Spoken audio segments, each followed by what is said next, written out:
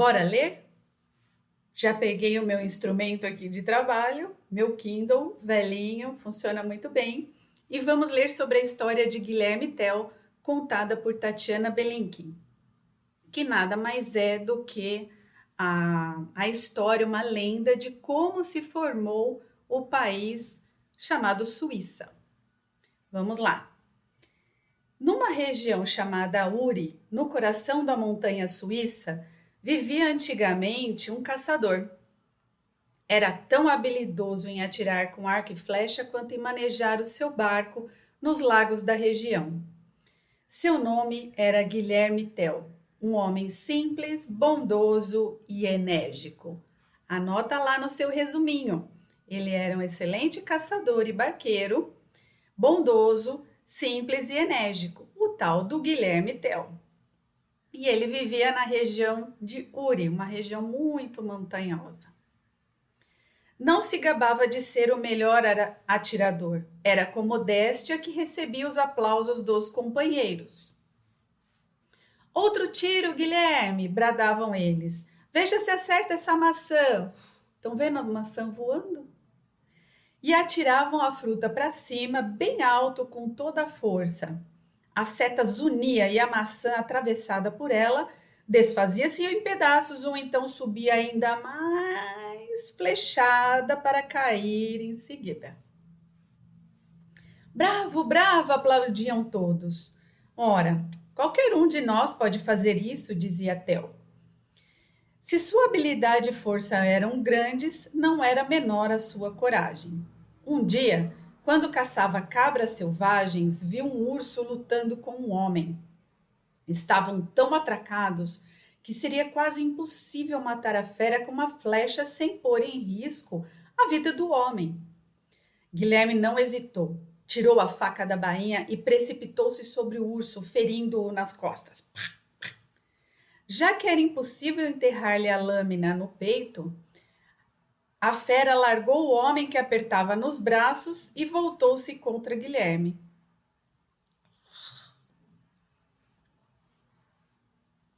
Urrando de dor, o urso avançou sobre Tell. O montanhês que ele acabara de salvar estava caído no chão gemendo e perdendo sangue por causa das feridas, que o urso lhe abrira nas costas com as garras. Como a distância era muito curta para usar o arco, Guilherme tentou se proteger atrás de uma pedra. Empunhou a faca e esperou, com o braço erguido, que o urso se aproximasse. No momento exato, cravou-lhe a lâmina no peito em pleno coração e saltou de lado. A fera deu mais 2 passos cambaleantes e caiu morta. Bom, aí vocês já podem imaginar o cenário, não dá? Então ele estava no meio de uma floresta. Como é que era essa floresta? Tinha muitas árvores, poucas árvores, folhas no chão, barro. Imaginar a pedra onde o Guilherme se escondeu e como foi essa luta. Dá para imaginar, não dá? Legal. Tem algum lugar que vocês conhecem que é assim? Lembra dele. Outra coisa que vocês já podem anotar lá no resuminho é falar que ele era muito corajoso, que lutou para salvar um homem de um urso e ganhou. O caçador aproximou-se então do homem ferido e o examinou. As feridas eram extensas e profundas, mas não mortais. No entanto, ele não estava em condição de andar. E Guilherme carregou-o nos ombros fortes até o povoado, onde foi socorrido. Quando as pessoas ficaram sabendo do que havia acontecido, passaram a respeitar e admirar Guilherme Tell ainda mais. Os anos foram passando e, cada vez mais cercado pelo afeto e pela amizade de todos no povoado, Guilherme acabou se casando com a filha de um rico proprietário de terras. Sua vida corria tranquila, cheia de alegrias e fartura, quando um belo dia, ao chegar de uma caçada, reparou que o povo todo parecia muito inquieto. Então imagina, ele saiu da floresta, olhou para a cidade dele e viu lá umas turminhas de pessoas falando, inquieto, meio nervoso. O que será que estava acontecendo? As pessoas comentavam indignadas que o príncipe Alberto da Áustria pretendia invadir as terras daqueles homens livres e anexá-las ao seu país, e que um exército estava a caminho. Algo semelhante aconteceu por esses dias? Será? Será? Tenta fazer um paralelo aí. A indignação de Guilherme Tell foi imensa. Somente o fato de lembrar-se de que tinha mulher e filhos pequenos para sustentar o impediu de juntar-se imediatamente aos que se preparavam para lutar pela liberdade do povo das montanhas. Um parênteses aqui para vocês. É importante a liberdade? O que é a liberdade? De fato, o que é? Como é que você se sente livre? Pensa nisso. Pesquise sobre isso. É importante. Voltou para casa desanimado, mas disposto e preparado para enfrentar o inimigo quando a rebelião realmente começasse. Semanas se passaram. Os austríacos invadiram Uri e começaram a humilhar os montanheses. Guilherme Tell viu quando os invasores construíram um grande castelo às margens do lago, dominando a cidade de Altdorf, capital de Uri. Era o primeiro sinal de escravidão. Bom, que sinal é esse? Pensam sobre isso. Pensem um pouquinho. Que sinal é esse? E vão lá, vai lá na sua anotação e coloca que o príncipe da Áustria estava invadindo a região de Uri. Provavelmente ele queria anexar essas terras para ele, né? Numa noite tempestuosa, quando voltava para casa, após visitar um amigo, encontrou um homem que corria apavorado. Rapaz, do que está fugindo? O que aconteceu? Perguntou Guilherme. Oh, por favor, ajude-me, salve-me dos austríacos, implorou ele. Mas por que estão atrás de você? O que você fez? Matei um soldado austríaco, contou o fugitivo, porque ele queria raptar a minha esposa. Depois eu fugi com os companheiros do morto atrás de mim e tentei atravessar o lago, mas por causa da tempestade e por medo dos austríacos, nenhum barqueiro quis me levar. O pobre homem começou a chorar. E agora vão me matar? Não está ouvindo meus perseguidores? Eu tô. Vocês estão? Ouçam lá. Aquelas botas pesadas batendo no chão. Bum, bum, bum, bum.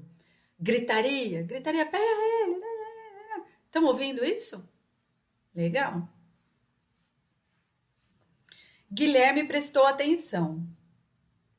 O vento trouxe-lhe o ruído distante de vozes e latidos de cães. Então exclamou: Venha comigo, o meu barco está logo ali, vou levá-lo para o outro lado. E conduziu o fugitivo até o lugar onde se encontrava o barco. A tempestade estava terrível. Ondas enormes agitavam o lago. Tentar atravessá-lo, naquelas condições, seria desafiar a morte. Mas Guilherme Tell confiava na força dos seus braços, e a vida daquele compatriota em perigo merecia todos os seus esforços. Guilherme desamarrou o barco e, levando o desconhecido, remou para o meio das águas turbulentas bem a tempo. Estava chovendo, o barco estava... Estão visualizando? Um barco, lago, chuva, barulho. Os austríacos chegaram com lanternas procurando o rastro do fugitivo. A areia conservara as pegadas dele, bem como a marca deixada pela quilha do barco. Quando arrasta o barco assim na areia, vai formando um buraquinho, né? Um caminhozinho. Fugiu! Gritaram os soldados furiosos. Quem teria tido coragem de levá-lo com este tempo? Perguntou um deles. Outro soldado lançou uma tocha acesa bem para o alto, na direção do lago. O clarão iluminou uma grande extensão das águas revoltas, e por um instante foi possível ver o barco. Os soldados soltaram gritos de raiva e começaram a disparar flechas para o lago no meio da escuridão. 2 horas depois, Guilherme deixava o fugitivo na outra margem, são e salvo. Ao chegar em casa, Tell encontrou a esposa chorando, preocupada com a sua demora. Ele contou o que havia acontecido. Você não acha certo o que eu fiz? Perguntou Guilherme. A mulher não concordou. Você se esqueceu de mim e dos nossos filhos. Abraçado aos dois filhos, Guilherme Tell acariciou os cabelos da esposa, sorriu e respondeu: Pelo contrário, minha querida, eu estava pensando em você e nos nossos filhos quando salvei um marido para a sua mulher e um pai para os seus filhos. Nossa, Guilherme era um grande cara, hein? Olha só, anota lá. Ele foi corajoso ao salvar um compatriota dos austríacos atravessando um lago no meio de uma tempestade. Anota lá. A rebelião. Dias depois, espalhou-se uma notícia que deixou todo mundo revoltado. Na região vizinha de Unterwalden, emissários de Gessler, o governador austríaco, tentaram confiscar os bois de um rico criador. Vai lá e anota esse nome para você não esquecer. Gessler, que é o governador austríaco, beleza? Ele tentou confiscar os bois de um rico criador. E foi aí que começou a dar tudo errado. Ele implorou que não fizessem isso, mas os austríacos debocharam. Põe os seus carneiros para puxar o seu arado, riram eles. Desesperado, o criador agrediu o comandante dos soldados e fugiu para Uri. Para se vingar, Gessler prendeu o pai do rebelde e mandou arrancar-lhe os olhos. O culpado fui eu, disse chorando o criador de gado, e eles castigaram meu pai. O povo ficou revoltado, imagina. Conta uma história dessa por aí. Até o barão Walter Fürst, sogro de Guilherme Tell, normalmente um homem muito calmo, ficou exaltado. Nós nunca fomos humilhados, declarou ele. Às margens destes lagos já viram muitos soldados inimigos fugindo dos nossos antepassados. Não serão estes agora que vão roubar a nossa liberdade. De novo?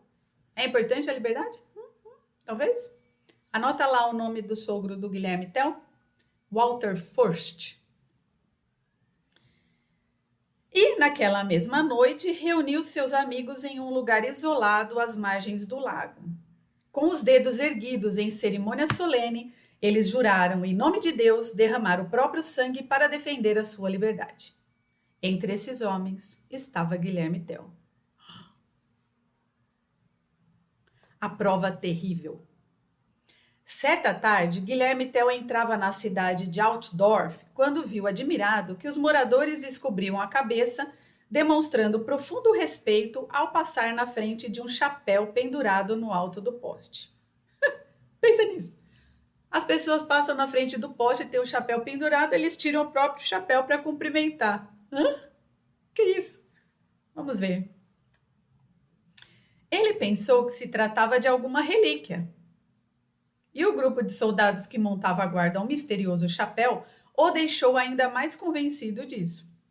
Assim mesmo, por curiosidade, entrou na loja de um comerciante conhecido e perguntou: Então, temos uma nova relíquia sagrada na cidade?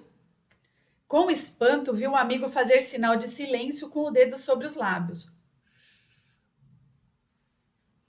Eu disse alguma coisa errada? Indagou Guilherme intrigado. De jeito nenhum, respondeu o comerciante, dando uma rápida olhada assustado para o homem que estava atendendo. Não se trata de uma relíquia. É o chapéu do governador que todo mundo está reverenciando. Para não comprometer o comerciante, Guilherme esperou que o freguês saísse e, com a voz trêmula de indignação, ordenou: Conte-me o que está acontecendo. O outro então contou que o governador Gessler, a fim de humilhar os habitantes do Uri, tinha ordenado que todos adorassem o seu chapéu. Ah, meu Deus, tiranos.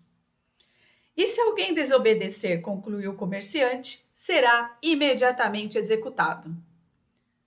Horrorizado, Guilherme Tell saiu disposto a ser o primeiro a contrariar as ordens do governador.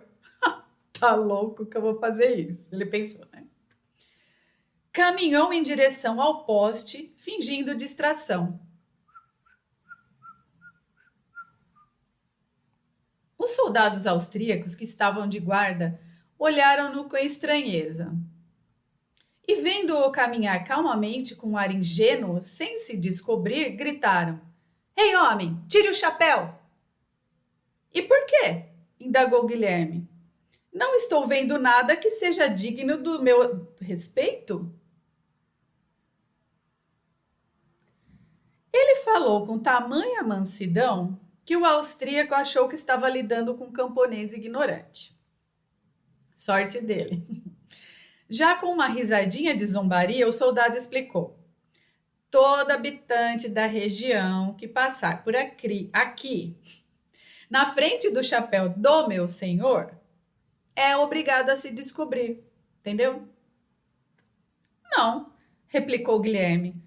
Ninguém pode me obrigar a tirar o meu chapéu para outro chapéu, por mais rico que seja. E tentou seguir o seu caminho. Uma pausa aqui. Alguém ou alguéns por esses dias andaram mandando a gente fazer alguma coisa que não tinha o menor sentido? Pensa aí. Será? Guarda essa informação. Mas logo se viu cercado por soldados austríacos que o levaram ao palácio do governador e lhe contaram que aquele homem se recusara a obedecer às suas ordens. Então, pode ir lá no seu resumo e anotar que Guilherme Tell se recusou a obedecer à ordem de tirar o chapéu para o chapéu do governador e foi preso. E agora ele vai lá conversar com ele. Tell pensou então no perigo a que se expusera. Pensou na mulher e nos filhos. Ainda era muito cedo para a rebelião, por isso devia manter a calma. O governador espumava de raiva na frente dele. Talvez mandasse enforcá-lo. Talvez mandasse enforcá-lo. Acho que foi assim que ele pensou. Estão imaginando o castelo?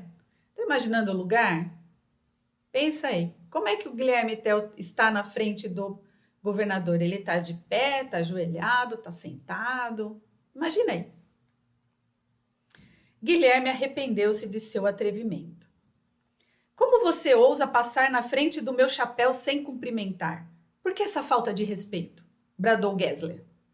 Guilherme Tell, tentando sair o melhor possível daquela situação, respondeu em tom ingênuo. Caro senhor, não tive a intenção de desprezar ninguém. Simplesmente não me dei conta do que estava fazendo. Caso contrário, seria considerado louco.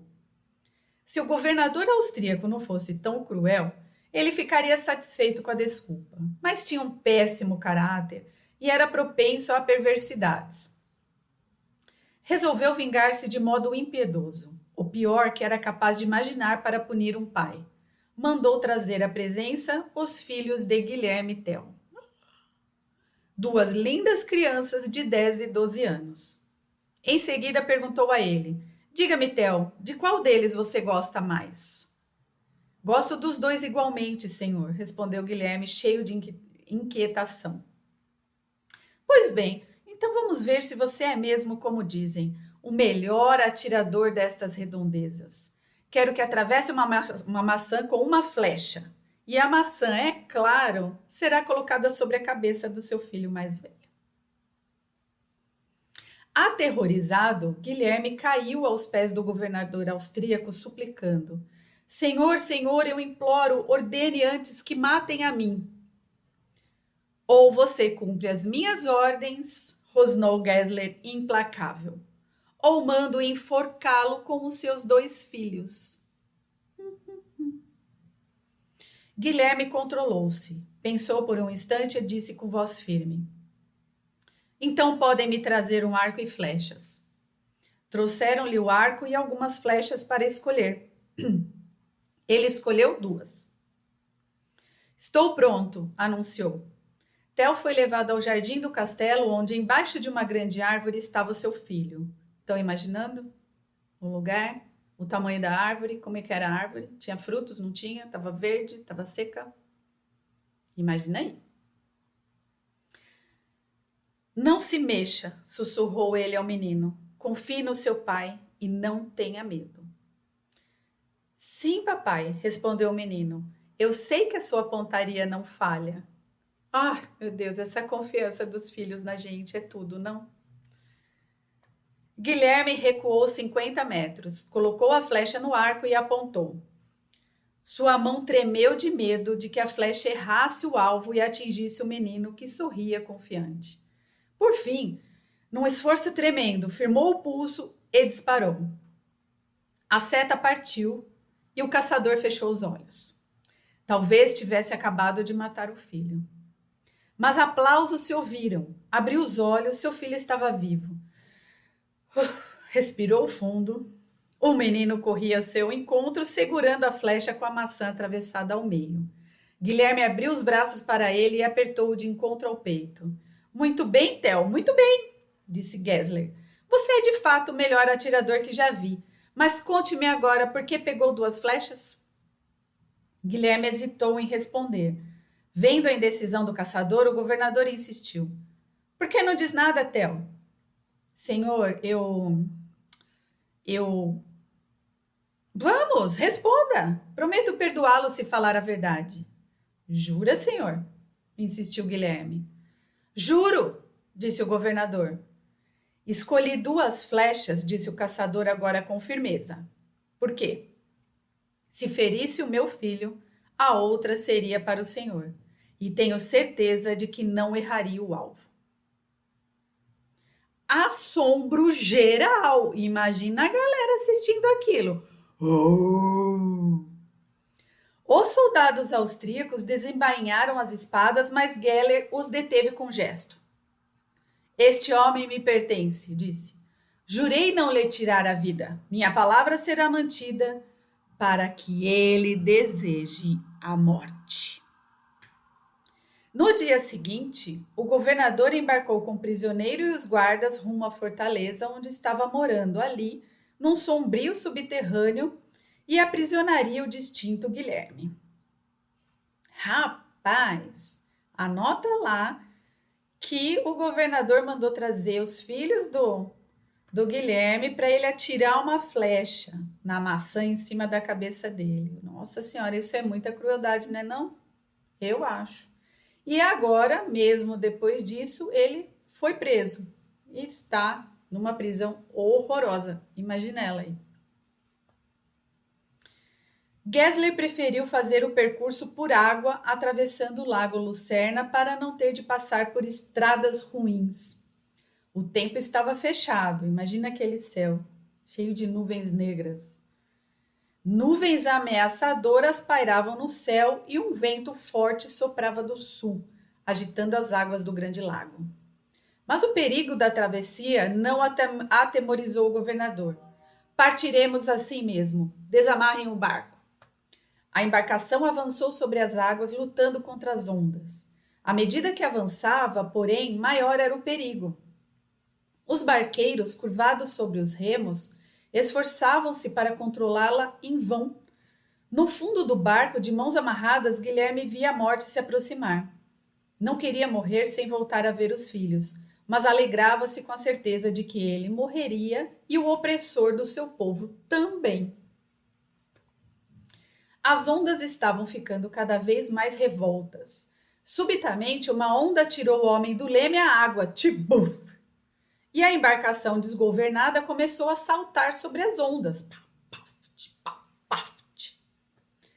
Os homens de Gessler foram tomados de pânico. Um dos criados, aterrorizado com o furor das águas, lembrou que Guilherme Tell era um grande barqueiro. Só ele pode nos salvar, gritou. Diante do perigo, o governador austríaco ordenou que o desamarrassem. Homem forte e experiente, Guilherme Tell tomou conta do leme e conduziu o barco com firmeza. Na luta contra a tempestade, o barco se aproximou da margem direita, onde 2 montanhas se erguiam quase na vertical. Consegue imaginar? Uma pedra assim, gigante. Guilherme olhou para as armas que estavam aos seus pés, depois para as rochas, e teve a ideia de fugir. Para isso, aproximou o barco dos rochedos, que foi acompanhando até descobrir uma saliência larga e chata. Agarrou então as armas e pulou para cima da pedra, ao mesmo tempo que empurrava a embarcação para longe com o pé. Em seguida, correu para a terra firme. Conseguiram imaginar o que ele fez? Foi Quase uma coisa de ginasta. As ameaças do governador austríaco ainda chegavam aos seus ouvidos. Serão as últimas, pensou Guilherme Tell enquanto via o barco contornar o rochedo e encalhar logo adiante. Ele se embrenhou na floresta e foi se esconder atrás de uma moita num lugar alto, bem no caminho por onde Gessler teria de passar ao seguir para o seu castelo. Não teve de esperar muito tempo.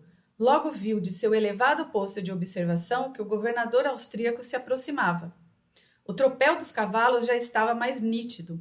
Através dos ramos que o ocultavam, Guilherme viu Gessler à frente da escolta, montado num magnífico cavalo. Estava a apenas uns 100 metros de distância. O caçador preparou o arco, colocando na corda a mesma flecha que atravessara a maçã sobre a cabeça do seu filho. E quando o austríaco estava a uns 50 metros, apareceu no alto de uma pedra e gritou em voz ameaçadora: Gessler, sabe quem eu sou? O outro ergueu a cabeça e estremeceu ao ver o ar feroz com que o inimigo o encarava, e a flecha no arco distendido apontando para ele. Tentou ainda intimidar o caçador, gritando: Sim, eu sei! Você é Tell, que ainda vou mandar enforcar, você e toda a sua família. Não será você, canalha! Bradou Guilherme e disparou a flecha. Atingido no coração, Gessler tombou embaixo do cavalo. Os soldados da escolta tentaram atirar em Guilherme, mas era tarde demais. Ele já tinha desaparecido, embrenhando-se na mata por atalhos só conhecidos pelos que ali moravam. Outra pausa. Pensaram, imaginaram toda a cena, né? No meio da floresta, ele subiu num morrinho mais alto, atirou, pá! Legal. Anota lá que no trajeto, né? Anota lá no seu resumo, que no trajeto para levar, né? Que o Gessler estava levando o Guilherme para a prisão, ele conseguiu fugir e matar o governador. E agora? O que será que vai acontecer? Vamos ver. A noite vinha caindo. Nas sombras protetoras, Guilherme pôde correr e chegar a Brunnen, um importante porto da região. Ali, um barqueiro, seu amigo, o transportou até Uri pelo Grande Lago. Mal chegou à sua terra natal, procurou um dos chefes da conspiração, a quem contou o que havia acontecido. Foi um erro, disse-lhe o prudente patriota. Você precipitou os acontecimentos. Mas já está feito. Portanto, amanhã, fogueiras no alto dos montes anunciarão a todos que a hora da liberdade chegou. Pode anotar lá no resumo também que a morte do governador precipitou a rebelião pela liberdade. O brado das fogueiras. Aquele suave entardecer nas montanhas foi a aurora da Suíça de hoje. À medida que o sol descia sobre o lago Lucerna, grupos de montanheses subiam aos pontos mais elevados das montanhas. Levavam com eles grandes tochas e feixes de lenha para acender as fogueiras, cujas labaredas anunciariam aos pastores que chegara o momento de trocar o cajado pela lança, e aos caçadores que deveriam deixar as cabras selvagens e os ursos e apontar suas flechas contra os austríacos. Bandos de homens armados desceram pelos caminhos para ocupar os desfiladeiros e cercar os castelos dos austríacos, que, pegos de surpresa, logo se renderam. Assim, a revolta sem derramamento de sangue saiu vitoriosa. Horas depois, de todas as fortalezas austríacas, só faltava conquistar a de Rosberg. Invencível por sua localização e defendida por valentes soldados. Tentar a sua conquista pela força seria comprometer a vitória. Tinham que pensar melhor, né? Os montanheses olhavam desencorajados para os muros altos e bem defendidos, onde resplandeciam ao luar os capacetes de ferro dos austríacos, quando um jovem rebelde se ofereceu para entrar clandestinamente na fortaleza. Mais um herói. Sua noiva, corajosa e devotada à causa da liberdade, poderia ajudá-los, pois morava dentro das muralhas. Mais uma heroína. Falaria com ela e emitiria no momento certo o sinal de luz combinado para avançar. A ideia foi aceita e o rapaz partiu. Longos minutos se passaram, depois 1 hora, outra hora e nada.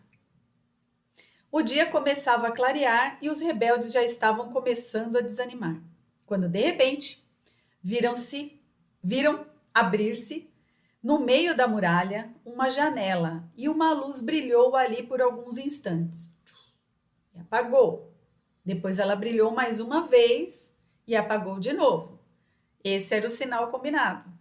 Confiantes, os montanheses seguiram rastejando naquela direção, um por um, em silêncio total. Imaginaram? Criem aí o cenário na cabeça. Quando chegaram perto da muralha, viram uma corda que descia da janela até o chão. Apoiando os pés nas saliências das pedras, uma centena de montanheses escalou a corda e penetrou em uma grande sala, onde os aguardavam o valente rapaz e a sua noiva. Eles mandaram um aviso aos companheiros do lado de fora. Deviam se aproximar do portão principal, que seria aberto. E, guiados pela moça, seguiram cautelosamente para lá, a fim de pegar os guardas austríacos de surpresa.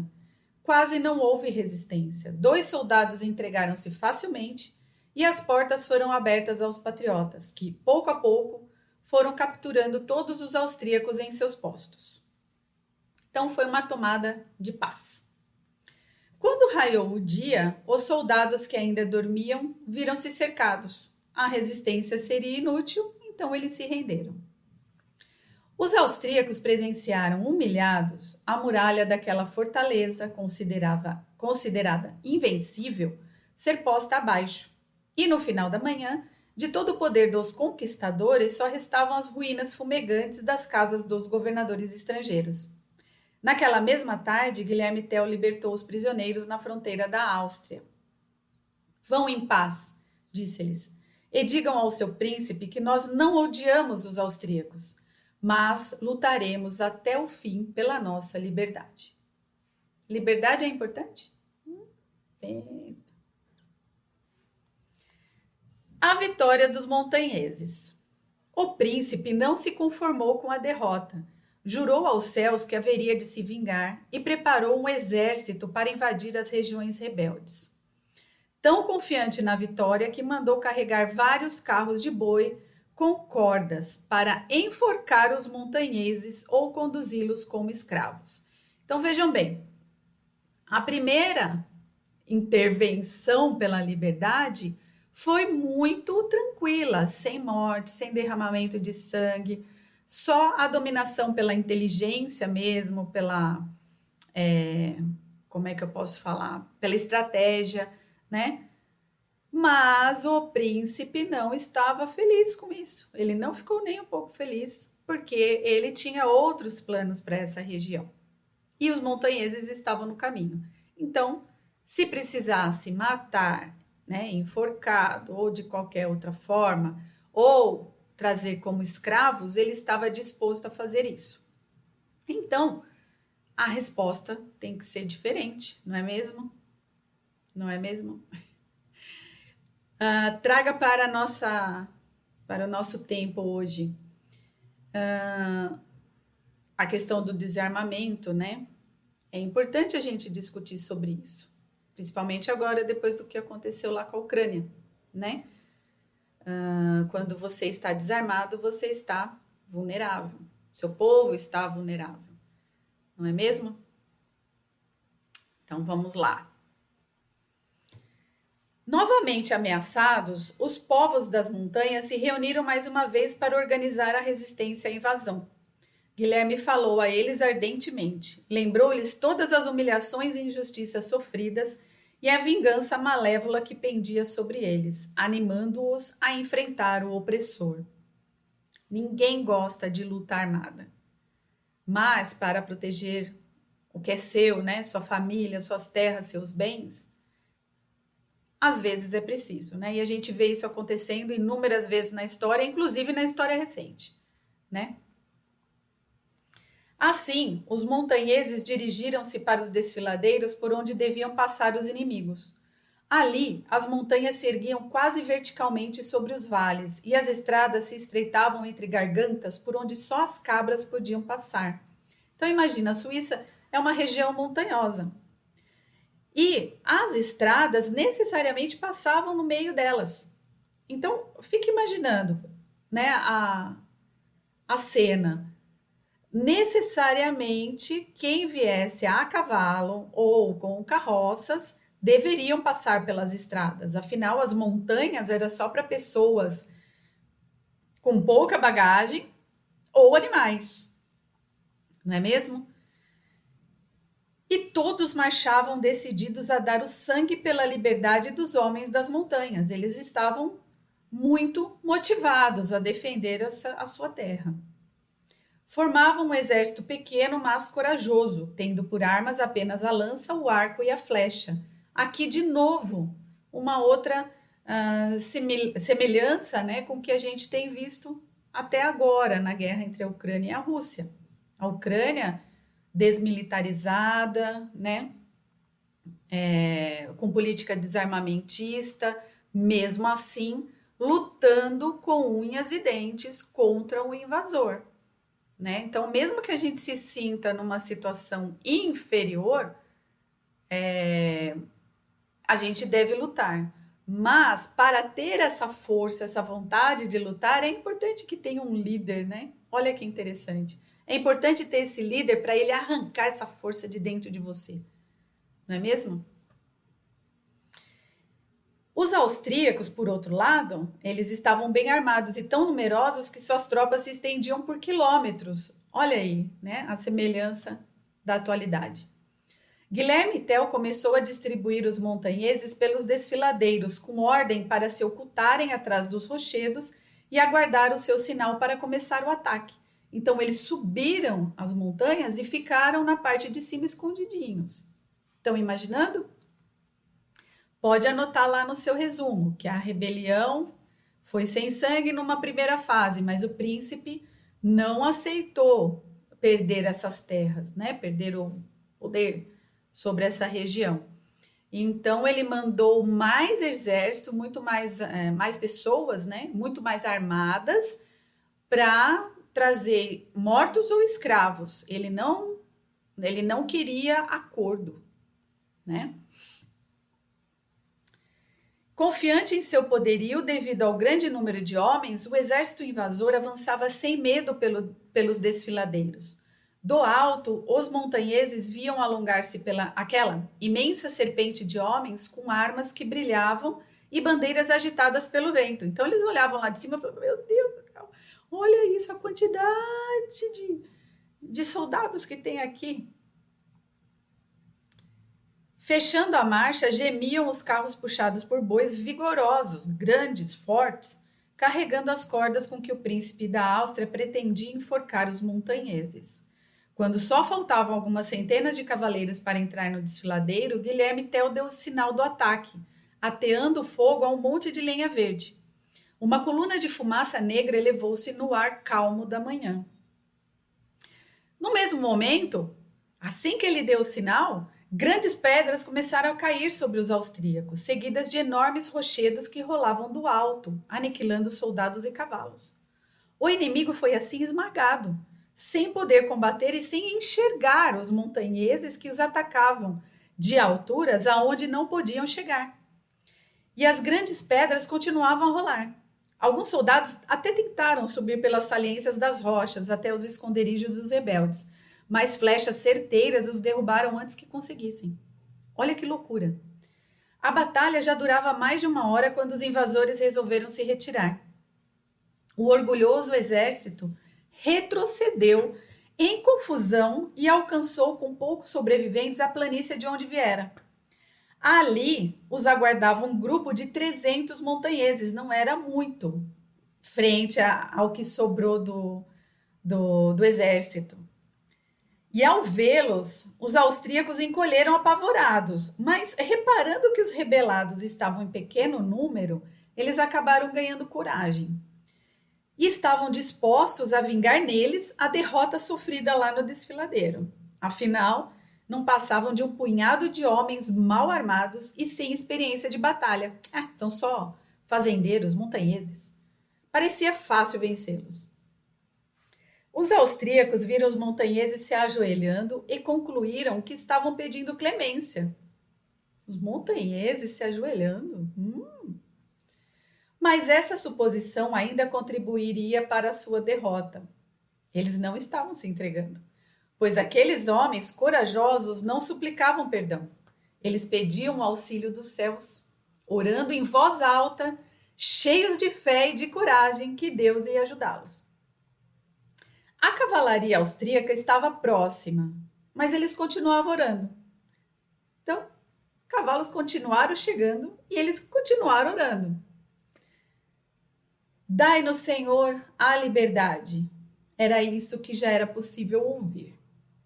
Os cavaleiros austríacos já erguiam as espadas para dizimar aquele grupo de valentes quando todos se ergueram ao mesmo tempo, estendendo as lanças para formar uma muralha de lâminas afiadas diante do peito. Aquilo fez os invasores vacilar. Dispostos em 3 filas com as lanças estendidas, os montanheses eram imbatíveis. Então os austríacos mudaram de tática, saltaram dos cavalos e avançaram contra os rebeldes, armados de lanças e igualmente dispostos em filas. Aquele punhado de heróis seria esmagados, os austríacos estavam pensando. Das fileiras dos montanheses, porém, destacou-se um jovem caçador que bradou aos compatriotas: se eu morrer, tomem conta de minha mulher e meus filhos. Abrirei caminho para vocês. Sigam-me. Quem falou isso? E atirou-se contra os austríacos. Enquanto corria, foi agarrando, pegando todas as lanças que podiam, apertando-as contra o peito.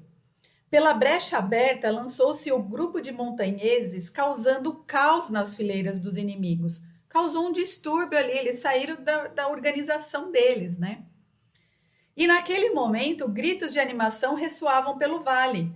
Eram os montanheses que estavam lá, nos desfiladeiros, que estavam chegando em socorro de seus companheiros que estavam em perigo. O toque de suas trompas repercutiu pelas encostas, anunciando o ataque. Os austríacos se renderam. A luta estava ganha. Eles foram fechados pelos 2 lados. Ou seja, mesmo um pequeno grupo usando estratégias, venceu a guerra contra um grande exército. Em grande parte, isso tudo ocorreu graças a Guilherme Tell, aquele maluco que desorganizou as fileiras do inimigo, que era um pacífico caçador, que a revolta contra a injustiça transformou em herói dos oprimidos. A antiga Helvécia passou a ser conhecida no exterior pelo nome de Suíça, e Guilherme Tell subiu da sua humildade para a glória. Não que tenha sido nomeado rei ou governador do povo, a quem ele deu a liberdade, mas o seu nome figura entre os arquitetos da nacionalidade suíça. Gostaram? Eu desejo que sim. E uma coisa que eu esqueci de falar é que você também pode anotar as palavras que você não conhece para procurar depois. É bem interessante, isso ajuda a aumentar o seu vocabulário. Se gostou, ouve de novo. Se não gostou, apaga. Até a próxima.